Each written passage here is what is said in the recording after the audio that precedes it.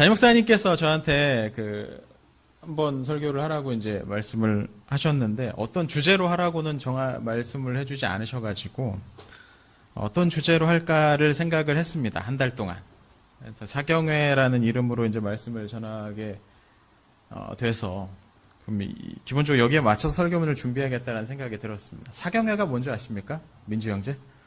그렇죠. 네, 모를 것 같았습니다. 사경회는 다른 분도 모를 겁니다. 사경회의 사자는 조사하다, 살핀다라는 뜻입니다. 조사할 때 사자가 이 사자입니다. 경은 경전, 성경을 가리키는 거죠. 그러니까 성경을 샅샅이 이제 살피고 조사하듯이 깊이 보는 걸 살피는 그런 시간일 텐데 사실 모든 설교가 그런 시간이겠죠. 하나님의 말씀을 깊이 살피는 시간이 모든 설교가 하는 일이 바로 그걸 겁니다. 근데 특별히 이제 사경회라고 하면 저도 이제 옛날 사람이라서 옛날에는 그런 것들이 있지 않았습니까? 한 3, 4일 일주일 정해놓고서 아침부터 저녁까지 교회에 모여가지고 계속 찬송 부르고 말씀 듣고 하는 그런 것들이 예전엔 있었죠. 요새는 이제 그런 것들이 좀 이제 많이 줄긴 했지만 하지만 이제 제가 이 시간에 30분 정도밖에 이제 주어지지 않았기 때문에 여러 가지 이야기를 하진 않고 딱 한 가지 성경을 보는 한 가지 관점만 여러분에게 전해드리려고 합니다. 성경을 읽다 보면 우리를 어렵게 만드는 그런 구절들이 자주 보입니다. 그렇죠? 성경을 읽다 보면 그런 것들이 자주 보입니다. 저는 이제 우리 아이들에게 이제 설교를 해야 되는데 매주 이제 하고 있는데 그러다 보면 이 성경 본문에서 이런 걸 아이들에게 어디까지 설명을 해줘야 되나 싶은 구절들이 적지 않게 보이기도 합니다. 성경은 실제로 그렇습니다. 또 성경은 우리로부터 매우 멀리 떨어져 있는 책입니다. 시간적으로도 그렇고 공간적으로도 그렇고 우린 그 안에 담긴 문화나 사회적인 분위기들을 모두 알 수 없는 상태로 이 오래된 글을 읽습니다. 이 말과 행동이 어떤 무드, 어떤 분위기에서 나온 건지도 잘 파악되지 않을 때가 많이 있습니다. 그중 하나가 오늘 좀 전에 저희가 같이 읽었던 빌어먹게 하소서라는 이 저주시와 관련된 내용입니다. 저주시란 말 그대로 저주를 담고 있는 시입니다. 거룩한 하나님의 말씀에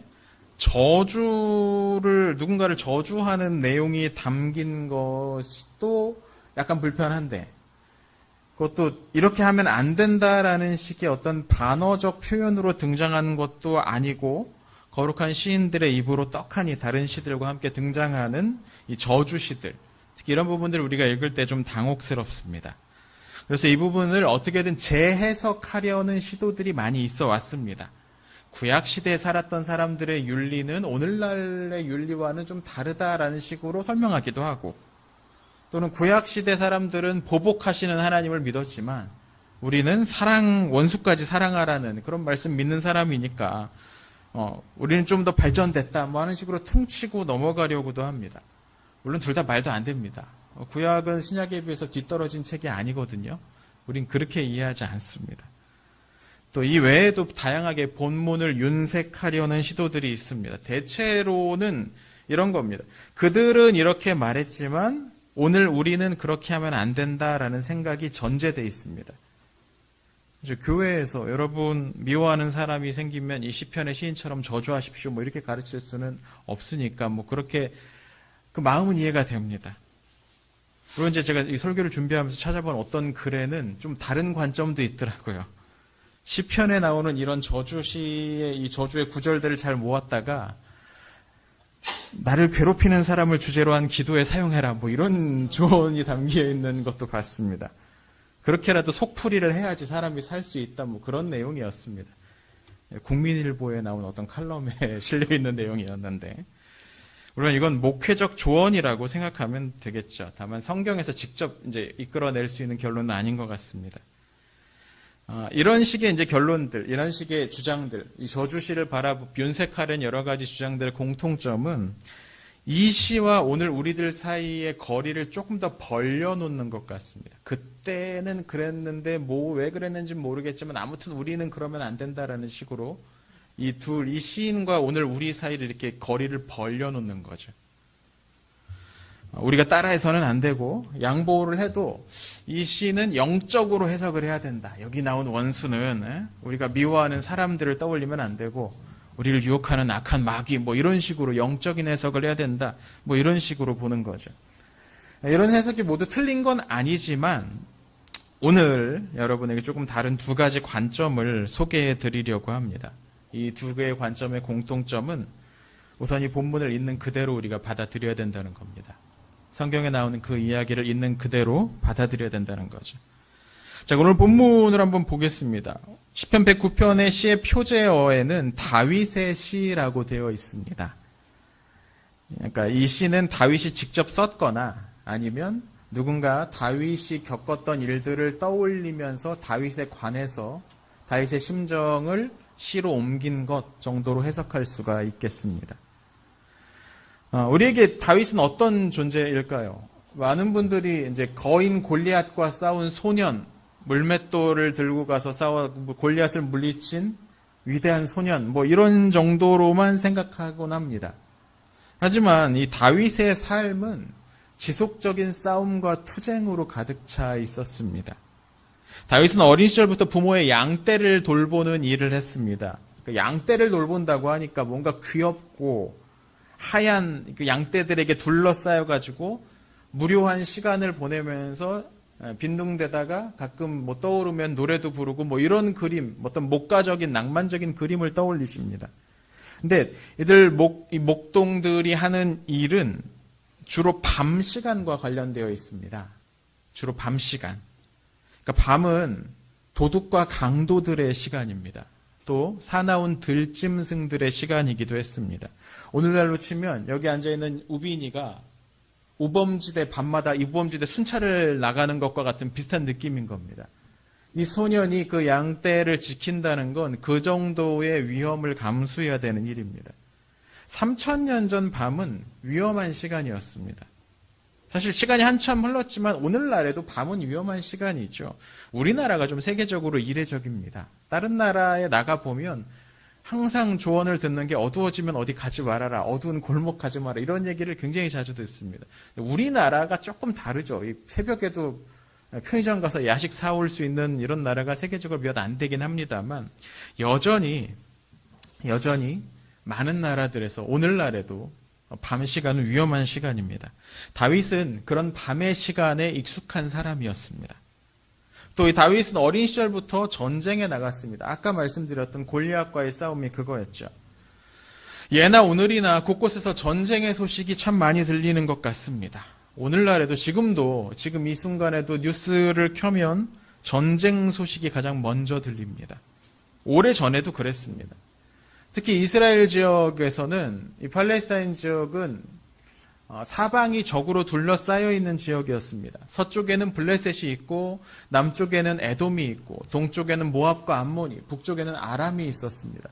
그러니까 어디를 봐도 적들로 둘러싸여 있는 그런 시대를 살았던 사람이 이 다윗이었습니다. 전쟁이 그치지 않았습니다. 수많은 사람들이 이 전쟁에 끌려나갔을 겁니다. 다윗과 같은 소년들도 마찬가지였을 거예요. 그러니까 전쟁에 소년들이 끌려나가는 겁니다. 오늘날에도 그렇습니다. 아프리카나 아라비아 반도 남부에는 이 반군들이 아주 활발하게 활동을 합니다. 이 반군들이 동네를 돌아다니면서 총을 들만한 애들은 다 잡아오는 겁니다. 얘들이 9살짜리도 있고 7살짜리도 있습니다. 그 어린 애들을 다 잡아다가 끌려다가 강제로 총을 들게 만드는 거죠. 안 하면 뭐 때리고 뭐 죽인다는데 어떻게 하겠습니까? 이른바 소년병입니다. 오늘날에도 그런 일들이 자주 있죠. 그러니까 이 폭력과 관련해서는 인류는 지난 3000년 동안 전혀 진화하지 못한 것 같습니다. 변하지 않았습니다. 이런 난세에 다윗이 살았습니다. 그런데 다윗은 평범한 농부로 살기를 원하지 않았던 것 같습니다. 만약에 다윗이 그냥 세상이 이렇게 위험하고 힘드니까, 무서운 세상이니까 조용히 숨어 살아야겠다, 뭐 이렇게 생각을 했다면 다윗의 적들도 그렇게 많아지지 않았을 겁니다. 근데 다윗은 정치적으로도 좀 성공하고 싶었던 것 같습니다. 사회적으로 좀 높은 자리에 올라가야겠다는 생각이 분명 야심이 있었던 소년이었던 것 같아요. 전투에 나가서 왕의 눈에 들어 발탁이 됩니다. 자신의 부하들을 갖게 되고 왕의 사위에까지 오르게 됩니다. 선거 같은 것들이 없었던 그 시절에 왕의 일가가 된다는 건 높은 권력자가 될 수 있는 가능성을 높이는 일이었죠. 다윗은 그 길을 피하지 않습니다. 다윗은 그 길을 선택을 합니다. 당연히 최고 권력자가 되려는 사람은 다윗 한 명이 아니었겠죠. 여러 사람들이 있었을 겁니다. 여러 사람들이 그 최고의 자리, 그 한 자리를 놓고서 경주하고 있었을 겁니다. 그리고 그 사람들을 옆에서 돕는 사람들도 여럿 있었겠죠. 자기가 모시는 그 주인이 최고의 자리에 올라갈 수 있도록 계략을 쓰는 것들을 주저하지 않았을 겁니다. 정치 경쟁에 나선 사람들은 이런 계략과 음모와 모략을 피해갈 수가 없습니다. 온갖 사방에서 그런 것들이 닥쳐오게 됩니다. 다윗에게는 다양한 모함과 혐의가 늘 뒤따라 다녔을 겁니다. 한 겹, 두 겹 사람들이 말하는 그 혐의과 비방과 고발이 한 겹, 두 겹 쌓이니까 결국 사울의 의심을 불러일으켰고 다윗은 그때부터 오랜 도망자 생활을 해야만 했죠. 온갖 고생과 고초를 겪고 마침내 다윗이 왕이 됩니다. 근데 그러니까 이제 행복하게 살았습니다라고 끝나는 동화책과는 다르게 다윗의 삶은 그렇게 행복하게 끝나지 않았습니다. 이젠 왕으로서 다윗은 주변 민족들과 끊임없이 전쟁을 해야 됐죠. 전쟁에 직접 나서야 됐죠. 왕실 안에서도 또 다른 권력 다툼이 일어나서 아들끼리 서로 죽고 죽이는 그런 사건들이 벌어집니다. 왕위의 도전자로 다윗이 겪었던 일을 이제 왕이 되어서 똑같이 하고 있었다는 거죠. 왕이 되면 끝날 줄 알았는데 그렇지 않고 왕 되기 이전 했던 그 일을 똑같이 왕 되고 나서도 해야만 했습니다. 다윗은 그렇게 평생을 싸우는 사람이었습니다. 그래서 하나님이 다윗을 뭐라고 부르십니까? 그는 피를 많이 흘린 인물이라고 이야기하십니다. 다윗은 피를 많이 흘린 인물이었습니다. 이게 언제 이 말씀을 들었냐면 하나님 제가 성전을 건축하겠습니다 라고 했을 때 들었던 신탁 가운데 들어있는 문구였습니다. 안 된다. 너는 피를 너무 많이 흘린 사람이다. 이게 전혀 과장이 아니었다는 거죠. 다윗은 실제로 수많은 사람들과 싸워왔습니다. 그 사람들을 죽이고 물리치고 패퇴시키고서 이 자리에 오른 사람이었습니다. 왕이 된 후에도 마찬가지죠. 다윗은 전사왕이었습니다. 다윗의 손에서는 칼이 놓인 적이 한 번도 없었습니다. 자, 이 시는 그런 다윗과 관련된 시라는 겁니다. 그런 다윗에 관한 시라는 겁니다. 다윗의 인생은 온갖 종류의 경쟁자들과 대적자들과 원수와 모함꾼들로 둘러싸여 있었습니다. 다윗은 결코 순진하고 귀여운 양떼들에 둘러싸여 있지 않았다는 거죠. 죽을 때까지 다윗은 음모자들의 계략에 대응해야만 했습니다. 그리고 이 생각을 가지시고 오늘 본문을 한번 보시죠. 5절과 6절입니다. 이렇게 말합니다. 그들이 악으로 나의 선을 갚으며 미워함으로 나의 사랑을 갚았사오니 악인이 그를 다스리게 하시며 사탄이 그의 오른쪽에 서게 하소서. 여러분 이 표현이 지나쳐 보이십니까? 시인은 지금 배신을 당한 심정을 토로합니다. 나는 선을 베풀었는데 선의로 사람을 대하고 상대가 필요한 것이 있을 때 채워주려고 애를 썼고 상대가 무슨 실수라도 하면 내가 그걸 덮어주려고 노력했는데 그런데도 그는 나에 대해서 모함을 퍼뜨리고 내가 하지도 않은 악한 일에 관해서 떠벌리고 내가 한 작은 실수를 키워서 무슨 대단한 잘못이라도 한 것처럼 공격했다는 거죠. 시인은 지금 배신을 당했습니다. 선을 악으로 갚는 사람을 만난 겁니다. 여러분 이런 사람 만나본 적 있지 않으십니까? 이런 사람이 은근히 많은 것 같습니다. 참 많습니다. 나는 그래도 한다고 해서 아껴주고 뭐 한다고 했는데 이 사람은 그걸 다르게 받아들이고 있었던 거죠. 내가 만만하다고 생각을 하고 있었던 거예요. 나는 이 사람에게 아끼지 않고 막 줬는데 이 사람은 저 사람은 뭐 달라고만 하면 주는 호구구나라고 생각하고 있었다는 겁니다. 그런 사람을 하나님 앞에 고발하면서 꽤나 강한 어조로 비난하는 겁니다. 악인이 그를 다스리게 하시며 사탄이 그의 오른쪽에 서게 하소서. 여러분 여기서 사탄은 고발자를 말을 합니다. 고발자. 원래 이 사탄이라는 말이 고발하는 자라는 뜻이에요. 고발하는 자. 좀 옛날 말로 어려운 말로 하면 참소하는 자, 뭐 이렇게도 옛날에는 쓰시더라고요. 그러니까 사법제도가 발달하지 않았던, 정교하게 발달하지 않았던 고대에는 검사라는 직책이 없었습니다. 그러니까 누군가 나서서 어떤 사람의 죄를 고발하고 지적을 하고 이 사람이 죄인입니다라고 이야기하면 그 마을에서 자체적으로 재판이 시작이 되는 거죠. 이때 그 사람의 문제를 처음 고발한 사람이 이 검사 역을 맡는 겁니다. 본문에 나오는 이 사탄, 이 말은 원래 이제 원어적으로 그런 뜻입니다. 문제는 이 사탄들이, 그러니까 이 검사 역을 맡은 이 고발한 이 사람들이 늘 죄가 있는 사람만 고발하는 게 아니라는 겁니다. 때로는 죄가 없는 사람도 고발을 합니다. 죄를 막 억지로 막 추궁을 하는, 이 사람이 하지도 않은 일에 관해서 이 사람을 계속 추궁하고 네가 잘못했다, 네가 뭐 이런 죄를 지었다라고 막 지적을 하는 겁니다. 왜 그랬냐면 여기에는 이유가 있는 거죠. 고발하는 사람의 개인적인 이익이 있는 거죠. 많은 지역에서 어떤 사람의 죄를 지었음이 드러났을 때 그걸 드러나게 한 사람에게 그 죄인의 재산의 일부를 주기도 했습니다. 그러니까 경제적인 이유로 막 갖다가 고발을 하는 거죠. 여기저기에. 이 사람이 불법적으로 뭐 5천억을 가져갔다 착복했다 그러면 이걸 고발을 했으면 500억은 나한테 주는 겁니다. 그러니까 이런 식으로 경제적인 목적을 가지고서 그냥 돈 좀 어디서 갑자기 좀 생긴 사람들 되면 그냥 걔 갖다 고발하는 겁니다. 이 사람 문제라고 이야기를 하는 겁니다. 또 하나는 어떤 사람의 어떤 정치적인 입지를 약화시키는데도 이런 것들이 사용이 되는 거죠.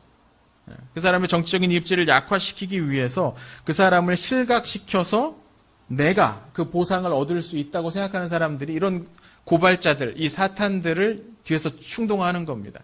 그럼 가서 고발을 해가지고 이 사람을 실각시키면 이제 보상을 해주는 이런 일들이 많이 있었다는 거죠. 물론 모든 고발자들의 시도가 성공하는 건 아니었지만 말 잘하는 사람들, 그래서 사람들을 속일 수 있는 사람들, 그런 사탄들은 어떤 사람들에게는 아주 재앙과 같은 일이었습니다. 그들은 없는 죄도 만들어내고 동시에 반대편에 서서 죄가 있는 사람들의 죄를 없는 것으로 만들어주기도 했습니다. 오늘 이 시편의 시인은 그런 악명 높은 고발자들, 그러니까 사탄이 나를 배신한 사람 오른쪽에 서게 해주십시오라고 이야기하고 있는 겁니다. 얼마나 끔찍합니까? 이런 사람이 내 옆에 붙어 다니면서 계속 나를 고발한다면 얼마나 끔찍한 일입니까? 그런 일이 있게 해달라는 겁니다. 오늘 읽진 않았지만 이 시의 나머지 전체가 이런 내용들로 가득합니다. 10절까지만 읽었는데 나머지에도 정말 다양한 저주의 말들이 채워져 있습니다. 어쩜 이렇게 창의적으로 저주를 할 수 있는지 신기할 정도로 정말로 이런 표현으로 저주도 가능하구나 싶을 정도입니다. 그냥 10원짜리, 20원짜리 하면서 욕만 그냥 계속 던지는 요새 사람들과는 참 비교할 수 없을 정도로 대단합니다. 아주 구체적으로 이 원수들의 삶이 탈탈 털렸으면 좋겠다라는 간절함을 담아서 저주를 합니다. 9절과 10절을 보면 그 배신자만 그렇게 되는 게 아니고 그 후손들까지 아주 대대로 패가망신하게 해달라고 그렇게 노래하기도 하죠. 확실히 뭔가 좀 지나쳐 보이긴 하지 않습니까? 확실히 좀 지나쳐 보입니다. 이 사람이 잘못했는데 이 사람 아들도 잘못되게 해주시고 이 사람 딸도 잘못되게 해주시고 손자도 잘못되게 해주시고 뭐 이렇게 얘기하는 거니까 조금 약간 흠칫하기도 합니다. 그의 자녀는 고아가 되고 그의 아내는 과부가 되게 해달라. 사실 같은 얘기죠. 이 사람 죽여달라는 거 아닙니까? 근데 우리가 이 저주시를 읽으면서 기억해야 될 첫 번째 관점은 시인을 이런 식의 고통으로 몰아넣은 악한 일들이 우리가 사는 세상에 실제로 일어난다는 겁니다. 시인은 그런 고통 속에서 지금 뒹굴고 있는 겁니다. 시인이 내뱉고 있는 어떤 악다구니 같은 이 말들은 그가 겪고 있는 고통의 크기를 보여주는 거죠. 그리고 이건 어제만이 아니라 과거에만이 아니라 문명이라는 것이 제대로 무엇인지 아직 몰랐던 오래 전에만 있었던 것이 아니라 이런 일들은 오늘날에도 쉴 새 없이 일어납니다. 아까 제가 다윗의 삶을 좀 길게 되돌아보면서 반복적으로 그의 삶에 일어났던 것이 오늘날에도 마찬가지로 일어나고 있다라는 표현을 자주 사용을 했었습니다. 그건 단지 이해를 돕기 위한 예로 그렇게 말씀드리는 게 아니고 실제로 그런 일들이 오늘날에도 우리 곁에도 너무나 많이 일어나고 있기 때문입니다. 여러분, 악과 죄는 실제로 존재합니다. 이게 당연하다고 생각하실 수도 있는데 적어도 일부 학계에서 활동하는 사람들에겐 이 당연한 사실이 부정되고 있습니다. 이들은 악을 신경증으로 바꾸고 있습니다. 명백한 죄를 그냥 이상 심리에서 나오는 행동 정도로 바꾸고 있다는 겁니다. 이런 식의 사고가 여러분 아실지 모르겠지만 꽤나 널리 퍼져 있습니다. 이전 같으면 잘못을 행한 아이를 훈계하고 바로 고쳐야 된다라고 생각을 했을 만한 그런 일들이 이제는 반대로 이 아이가 지금 마음이 아프니까 더 따뜻하게 대하고 질책 대신에 칭찬과 유도를 해야 된다라고 주장하는 아동 심리학자들이 쓴 책들이 얼마나 많이 돌아다니는지 모릅니다. 이게 맞나 싶은 거죠, 읽으면서도. 죄를 죄라고 이야기를 하고 바꿔야 되는데 아니야, 이 사람은 아픈 거야. 이 사람은 지금 뭔가 힘든 거야. 라는 식으로 돌리고 있는 거죠. 죄의 실체를 인정하지 않으려고 하는 겁니다. 이건 이 악의 필연적인 결과인 이 죄. 이것에도 비슷한 거죠. 여러분 촉법소년이란 말 들어보셨을 겁니다. 일정 나이가 되지 않아서 범죄에 대한 처벌을 받지 않는 아이들을 가리키는 겁니다. 구체적인 기준은 조금씩 다르지만 많은 나라들의 이런 제도가 있습니다. 물론 저는 모든 죄를 엄격하게 처벌해야 된다고 생각하지는 않습니다. 다 큰 성인이 일부러 이웃집 창문에 돌을 던져서 깬 거랑 어린아이가 실수로 정말 뭣도 모르고 하다가 실수로 장난으로 뭐 딴 걸 하다가 그 부수적인 피해가 일어난 거랑 분명히 다르게 대하는 게 공정하겠죠. 다만 오늘날 이 개념은, 이 촉법소년이라는 개념은 자주 악과 죄가 실제하는 게 아니고 마치 사람의 정서적인 불안정함을 부르는 다른 이름일 뿐이라는 식으로 정의가 되는 겁니다. 이 프로이트를 비롯한 여러 심리학자들이 만들어낸 이 현대적 개념이 어느샌가 악과 죄가 실제로 존재한다고 말하는 성경의 개념을 덮어버렸습니다. 죄를 지은 사람에게 형벌을 가해야 되는 가장 기본적인 이유는 그 사람을 교화시키시기 위해서가 아니고 그 사람이 저지른 일에 대한 책임을 지우기 위한 겁니다. 범죄자가 저지른 악의 크기에 상응하는 처벌을 내려야 한다는 거죠. 근데 이 개념은 오늘날 대부분의 나라에서 희미해져 버렸습니다. 오늘날 많은 나라의 교정당국에서 가지고 있는 주요한 개념은 뭐냐면 어떻게 하면 이 이상 심리 행동을 저지르는 사람들을 빨리 정상인의 세계로 돌려보낼 수 있을까를 고민하고 있습니다. 죄에 대한 처벌이나 악에 대한 문제 제기를 하지 않아요. 그냥 이 사람은 뭔가 지금 이상한 겁니다. 빨리 정상의 세계로 돌려보내야 된다고 생각을 하는 거죠. 그 결과가 뭐냐는 거죠. 우리 사회에서 악의 실제를 지우려고 하고 죄를 인정하지 않고 약화시키려고 한 그 결과가 뭐냐는 겁니다. 범죄의 피해자가 악의 피해자들로 하여금 더 이상 이 억울함을 호소할 수 없게 만드는 그런 억울한 세상으로 만들어가는 것 뿐이라는 거죠. 얼마 전에 여러분도 들어보셨을 겁니다. 부산 돌려차기남 뭐 이런 뉴스 들어보셨을 겁니다. 성폭행을 하려고 어떤 여성을 정신을 잃을 때까지 폭행을 했던 사건입니다. 이게 2심 재판부에서 징역 20년이 나왔는데 1심 재판에서 검찰이 징역 20년을 구형을 했는데 재판부에서 온갖 감형 사유를 대더니 12년을 선고했었습니다. 그나마 2심에서 이제 20년으로 좀 늘어난 거죠. 그 피해자가 얼마 전에 국정감사의 증인으로 나와서 한 말이 있습니다. 피해자가 용서하지 않겠다는데 왜 판사님 마음대로 용서하겠다는 겁니까? 라고 대답을 했답니다. 왜 그랬을까요?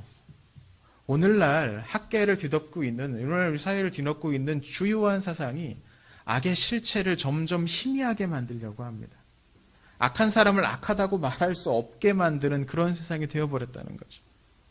이게 어느 날 갑자기 일어난 현상이 아닙니다. 이미 100년 가까이 형성되어 온 이 악과 죄를 부정하려는 사상적인 흐름이 우리 사회 곳곳에 영향을 끼치고 있다는 거죠.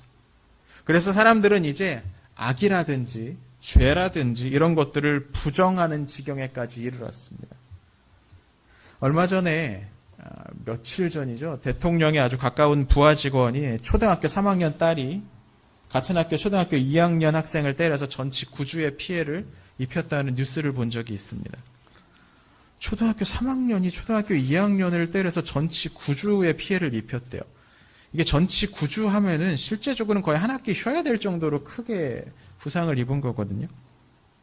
뭐 이 사건의 처리 과정에서의 부적절성이나 뭐 그런 것들은 뭐 알아서 이제 뭐 판단이 있으실 겁니다. 뭐 거기에 무슨 대단한 사상이나 무슨 주의가 개입된 것 같지는 않습니다. 그냥 권력에 벌벌 떠는 비루한 학교 당국의 모습을 보여줄 뿐이라고 저는 이제 그 사건을 생각을 하는데, 근데 그 사건의 가해 학생의 어머니가 했다는 말이 아주 인상적입니다. 여러분도 들어보셨을 겁니다. 그 가해 학생의 어머니가 뭐라고 얘기했냐면 우리 애가 그냥 사랑의 매를 들었을 뿐이라고 대답했답니다. 그럼 이 즈음에 아이들을 가르치는 많은 교사들이 학업 지도에 어려움을 겪고 있다고 하죠.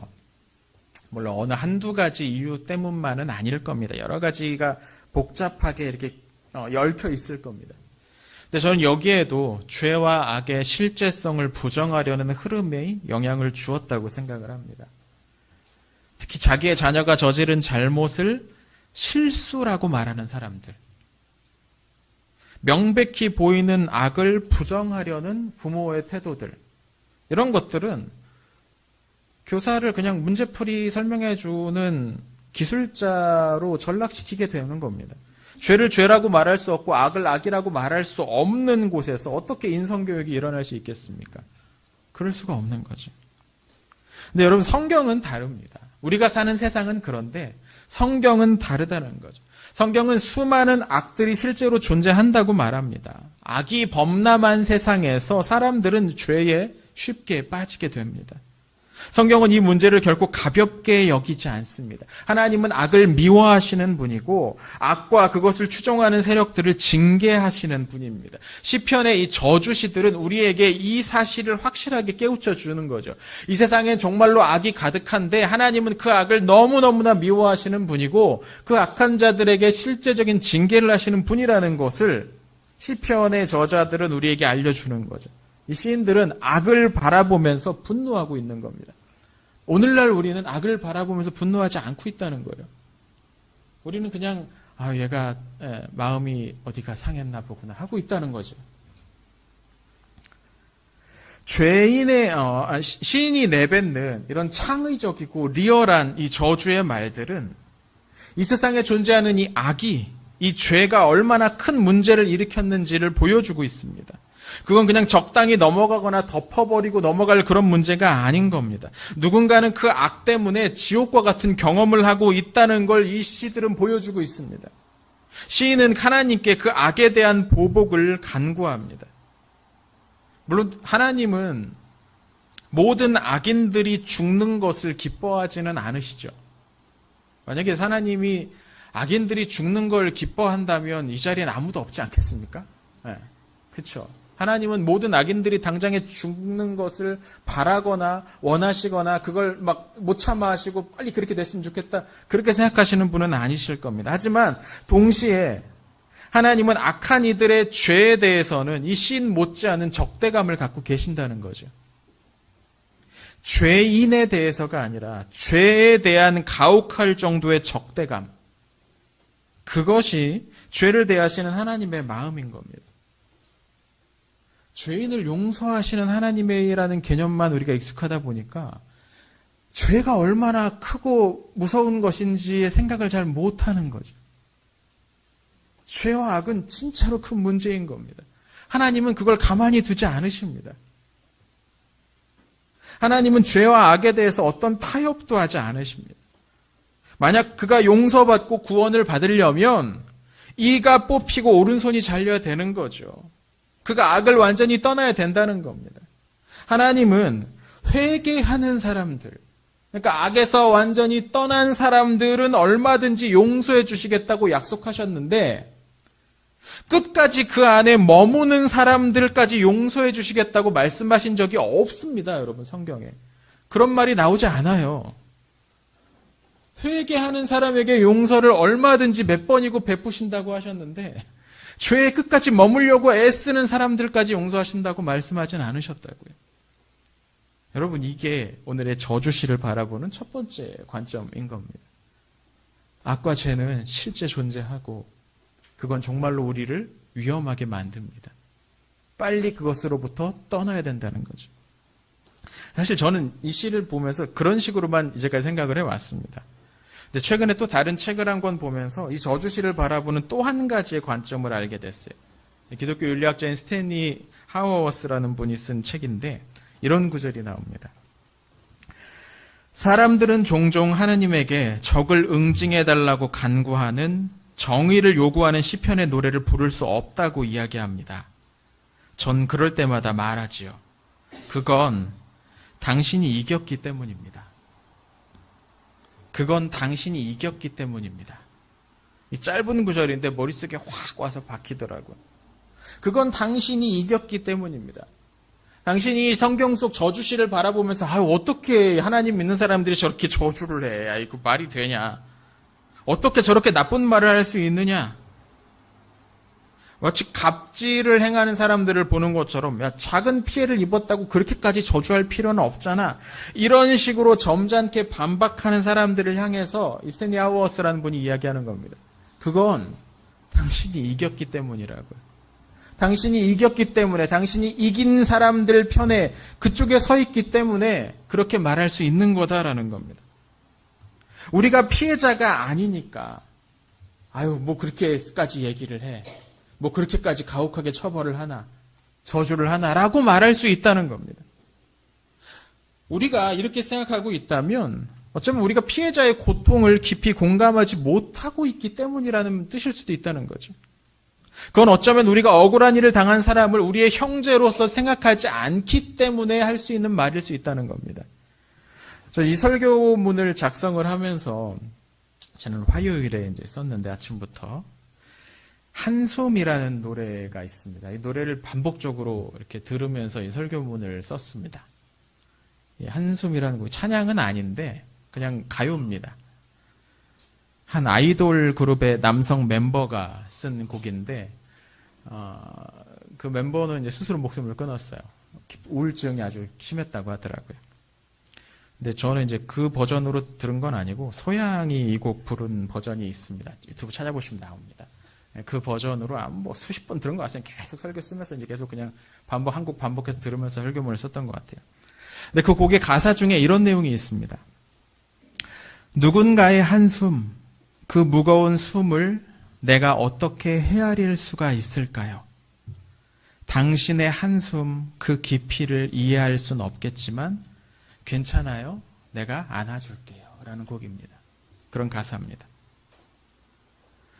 원수들을 향해서 저주의 말을 내뱉는 그런 시인을 우리가 마주했을 때, 우리 앞에서 그렇게 말하는 사람이 있을 때 우리는 어떻게 해야 될까요?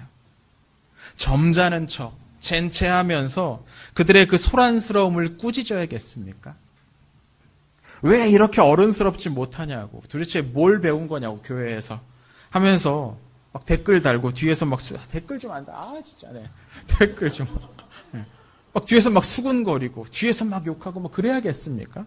도대체 왜 이렇게 호들갑스럽냐고 그래야겠냐는 거죠.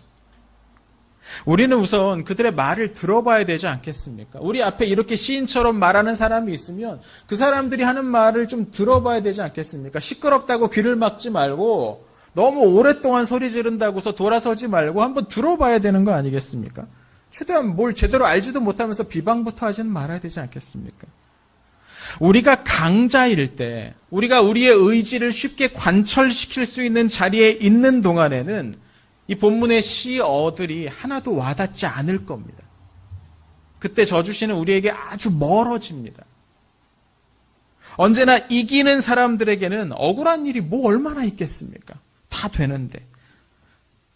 당장 할 수 있는 게 없으니까 악을 지르는 거 아닙니까? 당장 내가 뭔가 할 수가 없으니까 소리 지르면서 엉엉 우는 거 아니겠습니까? 살려달라고, 저놈들 좀 혼내달라고 소리 지르면서 사정하는 것. 약한 사람들은 할 수 있는 게 그거밖에 없습니다. 그러니까 그렇게 하는 거죠. 오늘 시작 부분에서 다윗의 일생을 간단하게 살펴보았습니다. 그가 얼마나 다양한 고난을 겪었는지를 봤죠. 근데 그의 상황을 이해하면 그가 내뱉은 이 말들은 결국 그의 고통을 표현하는 것이라는 걸 우리는 알 수가 있습니다. 이런 저주시를 대할 때 드는 우리의 기분을 보면서 우리는 우리가 이긴 자의 편에 서 있는지 패배하고 빼앗긴 자의 편에 서 있는지를 확인할 수 있습니다. 이게 저주시를 바라보는 두 번째 관점입니다. 우리가 이 시를 읽을 때 우리는 누구 편에 서 있는지를 확인할 수 있게 된다는 거죠. 이 시의 말이 남일처럼 여겨지지 않고 내 마음에 팍팍 와서 꽂히면서 어떻게 하지? 이 사람 큰일 났구나 라는 생각이 든다면 우리는 빼앗긴 사람의 편에 서 있는 겁니다. 근데 그렇지 않다면 우린 늘 이긴 쪽에 서 있었던 걸지도 모르겠죠. 저는 시편을 영적으로 해석하는 방식을 그렇게 좋아하지 않습니다. 대부분 그런 해석은 시인이 전혀 생각하지 못했던 내용으로 가곤 합니다. 물론 우리는 때때로 시인이나 예언자들, 선지자들이 자기도 알지 못하는 더 큰 비전을 보고서 말했다는 걸 알고 있습니다. 하지만 이런 식의 적용은 언제나 주의를 기울여야 됩니다. 확실한 증거가 있기 전까지는 함부로 막 영적으로 막 해석하려면 안 됩니다. 그러면 신천지가 되고 하나님의 교회가 되고 이단들이 되는 거죠. 대신 저는 이야기 자체에 좀 더 깊이 들어가는 방식을 선호합니다. 무엇보다 크게 달라지지 않은 이 성경 속 사람들과 오늘 우리의 삶을 좀 이렇게 겹쳐보면서 그 안에서 그들이 하려고 했던 말이 무엇인가에 좀 집중하려고 합니다. 특별히 저주시에는 이 세상을 망가뜨리는 거대한 악과 죄의 세력이 실제로 존재한다는 걸 강하게 떠올리게 만드는 무엇이 있습니다. 그리고 우리가 어느 편에 서 있는지를 확인시켜 주게 하는 그런 기능도 있고요. 물론 이 사실을 우리가 안다고 해도 오늘 같은 시편 109편 이 긴 저주시를 마음 편하게 읽는 건 쉽지가 않습니다. 저도 설교를 준비하면서 이걸 도대체 어디를 잘라야 되나라고 막 고민이 될 정도였습니다. 무엇보다 우리는 이 시인처럼 지금 죽을 지경이 아니거든요. 그래도 앞으로 여러분들이 이 시편의 이 억울함과 분노로 가득한 시를 읽으실 때 조금은 이 두 개의 관점이 도움이 되셨으면 좋겠습니다. 시인을 따라서 우리도 분노하자는 말씀이 아닙니다. 시인과 우리 사이의 거리를 조금 더 좁혀보자는 겁니다. 시인의 입장에서 세상을 보고 시인의 처지에 공감을 하면서 그의 말에 귀를 기울여 보자는 겁니다. 그럴 때 그 시의 의미가 새롭게 다가옵니다. 이건 저주시만이 아니고 다른 시들도 마찬가지죠. 그리고 그 안에 담긴 하나님의 뜻이, 하나님의 마음이 그때 우리에게 전해져 올 겁니다. 악이 사방에 실제하는 이 세상에서 하나님의 자녀인 우리는 고통당하는 이들의 편에 서서 문제를 바라볼 수 있어야 됩니다. 우리가 이 본문과 같은 저주시를 그냥 흘려보내거나 너무 빨리 영적인 의미로 확대 해석하지 말아야 되는 이유인 겁니다. 이번 한 주 우리 주변에 고통당하는 이들을 한 번 더 생각해 보시면서 그들을 마음에 품어봤으면 좋겠습니다. 너무 많은 것 같습니다. 하나님이 그런 우리를 함께 도우실 겁니다. 함께 기도하겠습니다.